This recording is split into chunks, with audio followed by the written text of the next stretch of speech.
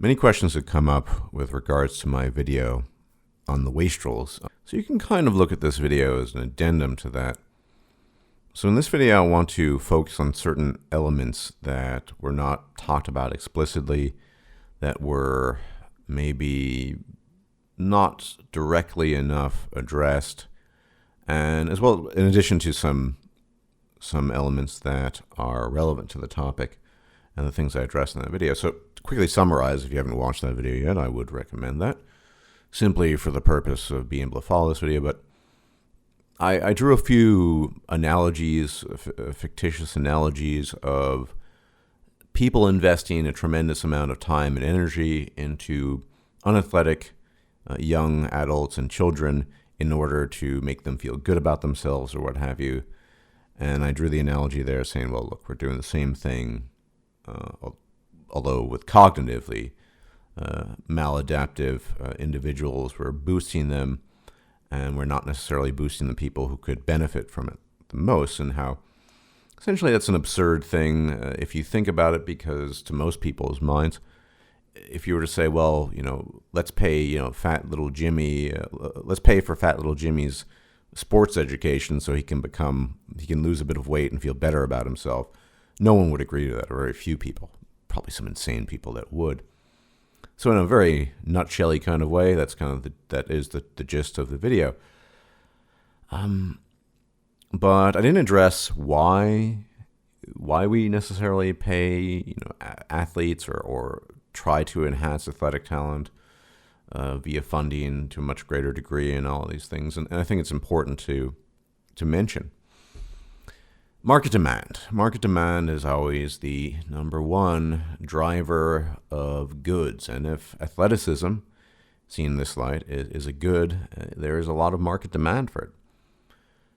Cognitive abilities, or rather, perhaps better put, high cognitive function is a market good in some sense, but it doesn't have mass market appeal.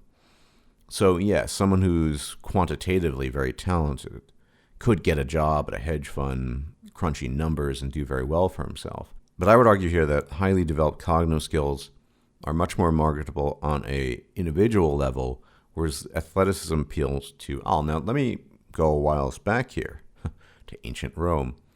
Many of you heard of the gladiatorial games, and there's as you can see in the title, the Latin word ludus. Ludus, the basic word meaning game, masculine noun of the second declension, for those of you curious. That is the plural ablative.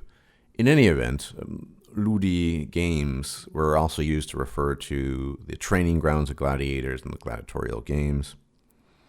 And for centuries, the gladiatorial games were a mainstay of Rome, and they really provided great entertainment for the masses. An expanding empire composed of many citizens from many different parts of the world.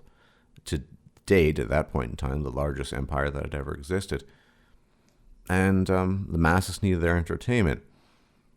It's not too dissimilar in the case of modernity in 2017. The masses do, in fact, profit in the long run from cognitively advanced individuals, but they cannot see the profit. They cannot see the benefit, because the benefit is a reward that is often reaped far later, perhaps not even in their lifetime.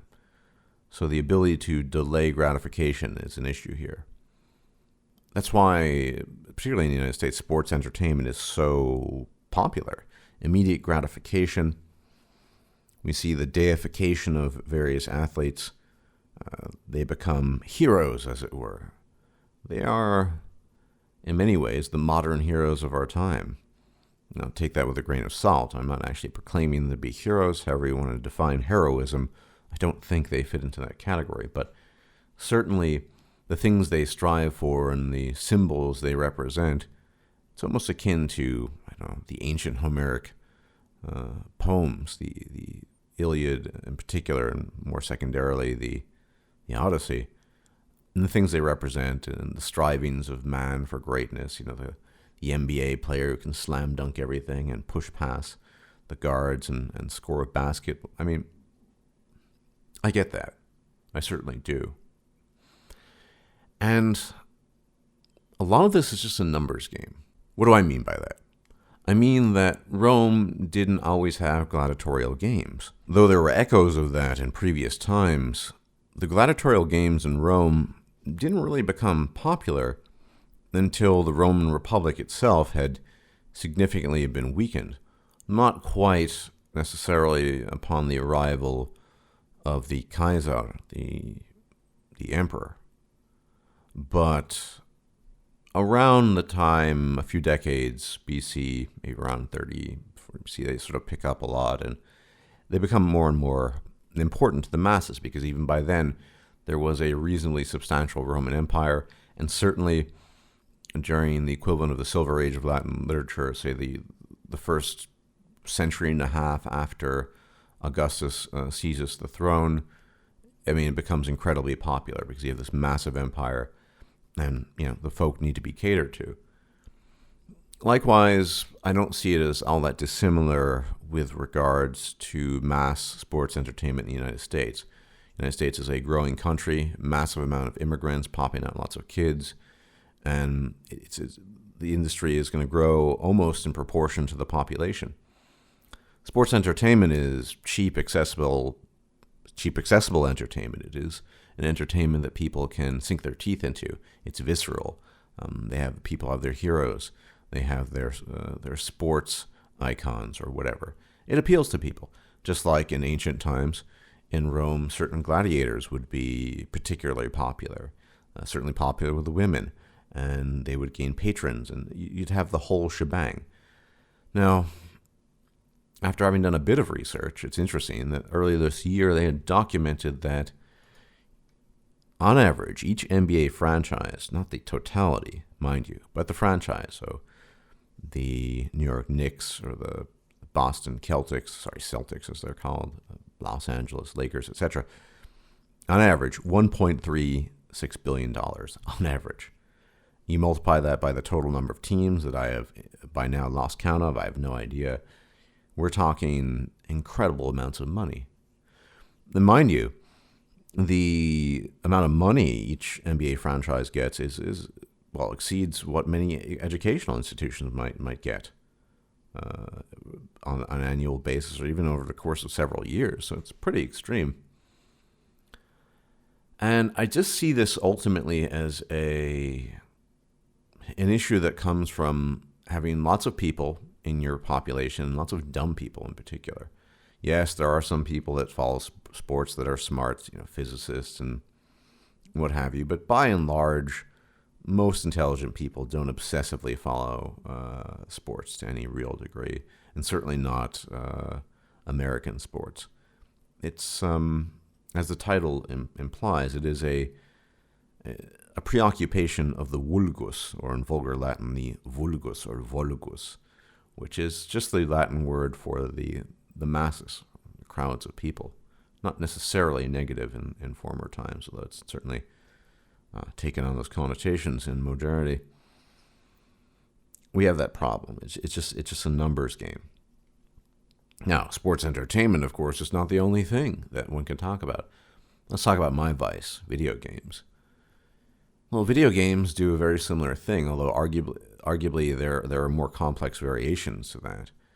And the difference here is that, unlike athleticism, it's really hard to sort of boost via financial means, bursaries and scholarships, someone's video game habit. If I buy a video game, I pay out of pocket, and unless it's a rare occasion, somebody will gift me a game. It almost never happens, but when it does, whatever, it's still somebody else's money. These are not public monies being directed to the industry, and so someone had mentioned this to me in a recent sort of forum conversation, and they're a bit like apples and oranges. Both are fruit, but the fruit are significantly the fruit in question is significantly different from the other fruit, such that it's not a great analogy.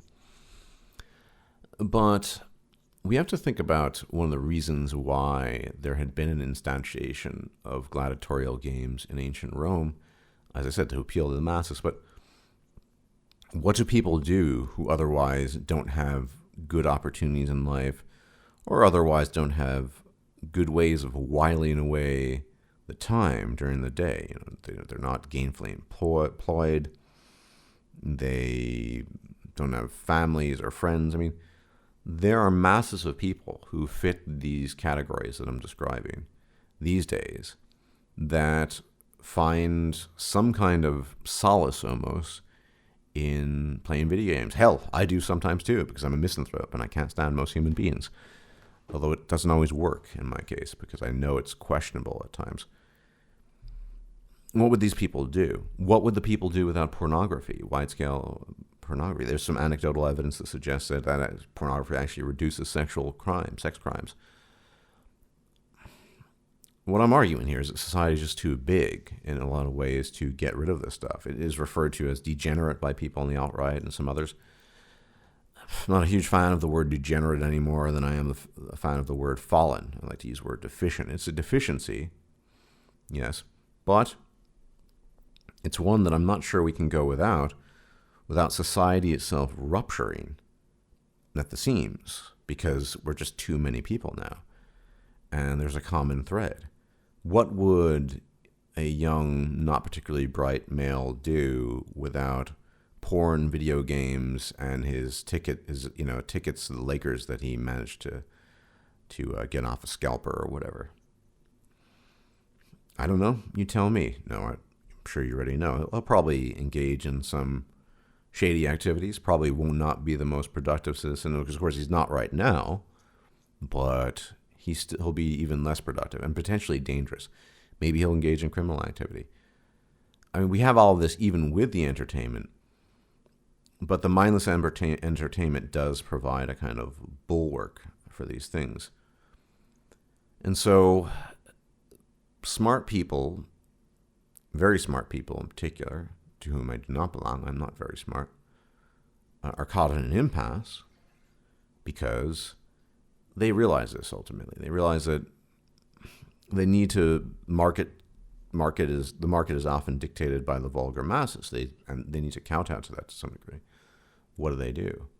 The misallocation, of course, still occurs. Even considering all of these points that I've mentioned, essentially counter-arguments to the things I had argued in the previous video, it is still a misallocation of resources to proceed in this manner and to do these things, in my humble opinion.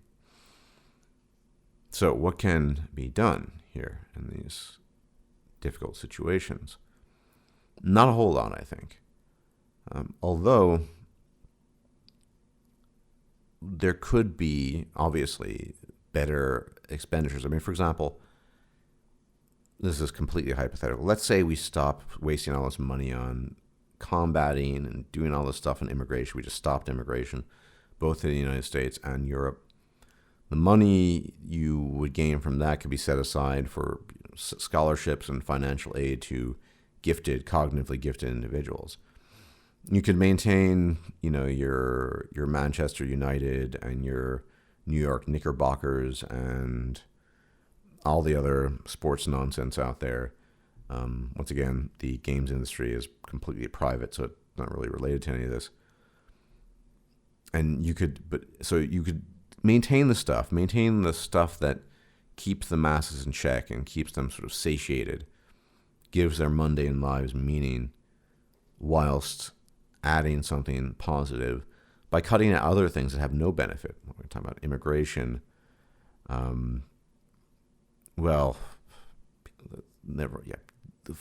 Helping people. Another important element of this was helping people out who are just not fit to be helped out. I don't really see a good counter-argument to that. I mean, they become better people. Sure, like I said, Jimmy will run faster. He'll lose some weight if you help him out with his sports as well. He'll feel better about himself. Net gain for civilization, pretty low, I'd say. Pretty minimal, rather. So I think in this equation, you could actually implement some of the things I talked about, potentially, by cutting costs elsewhere that are just complete waste. At the same time, the people already there, the masses, the vulgar masses, get their cheap entertainment. They get their sports icons and heroes. They get to shoot people in the face, as playing Wolfenstein, whatever. It could work that way. But anyway, you could look at this as an addendum. I wanted to follow up a bit on what I had said previously. And all I can do is wish you a pleasant remaining weekday. Take care, and I will talk to you soon, assuming I'm still alive. Bye-bye. If you liked this video, please like, share, and subscribe. And if you enjoy my content, please consider making a donation or becoming a patron. Thanks for watching.